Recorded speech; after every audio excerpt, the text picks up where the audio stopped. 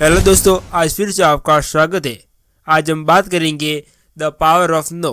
में बताया गया है कि किस तरह से एक छोटा सा शब्द ना हमारी जिंदगी को एक नया रूप दे सकता है।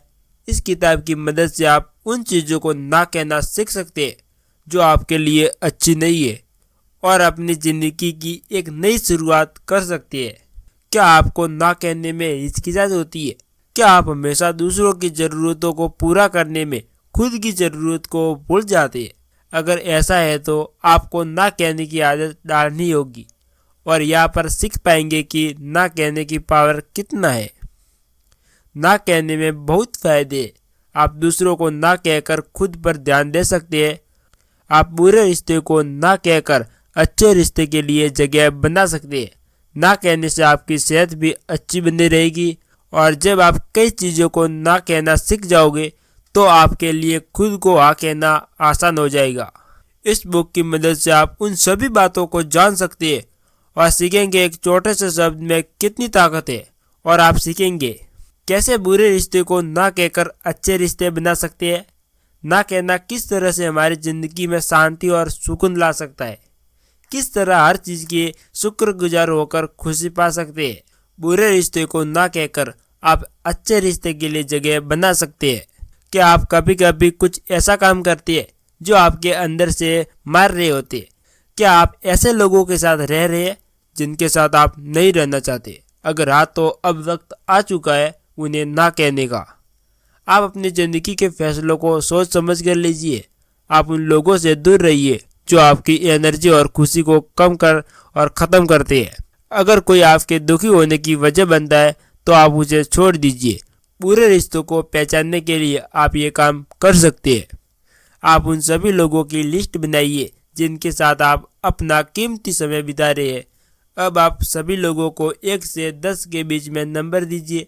अगर किसी खास व्यक्ति के साथ समय बिताना आपको बहुत अच्छा लगता है तो आप उसे 8 नंबर दीजिए और अगर किसी व्यक्ति से आपको नफरत है तो उसे 5 नंबर दीजिए।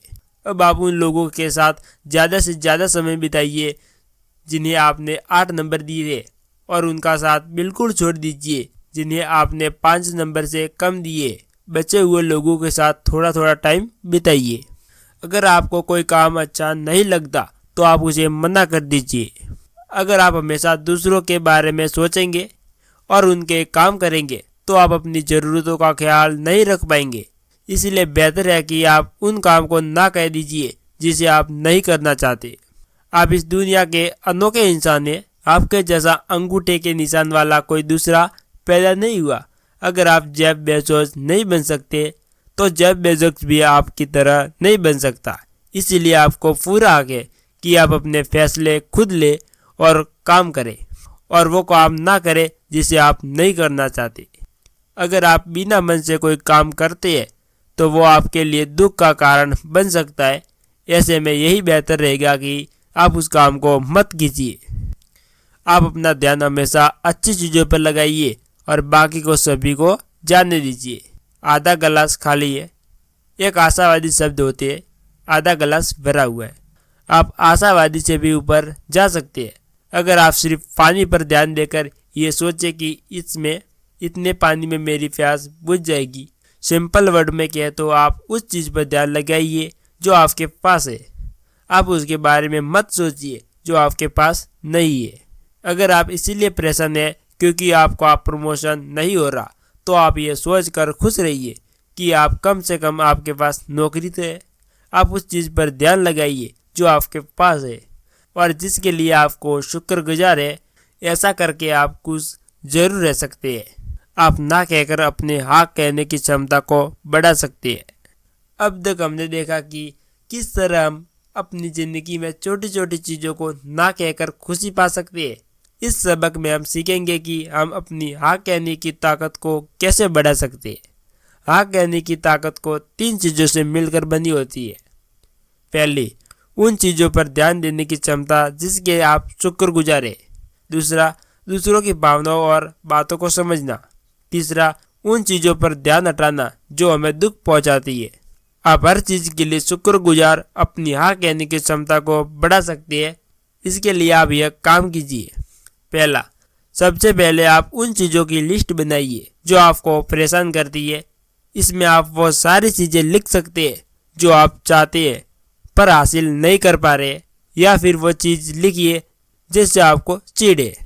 अब आप उन चीज़ों की एक लिस्ट बनाइए जो आपके पास है और जिसके लिए आप शुक्रगुजार हैं।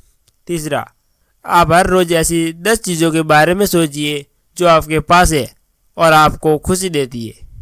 ऐसा करके आप अपना ध्यान अच्छी चीज़ों पर लगा पाएंगे और उन चीज़ों को ना कह पाएंगे जो आपको परेशान करती है।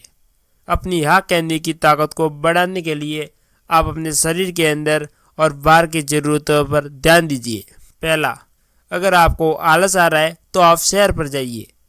दूसरा, अगर आप उलझन में है तो आप गाने सुनिए। तीसरा, अगर आप तनाव में है तो ध्यान कीजिए। चौथा, और अगर आपको समझ नहीं आ रहा क्या करना है तो आप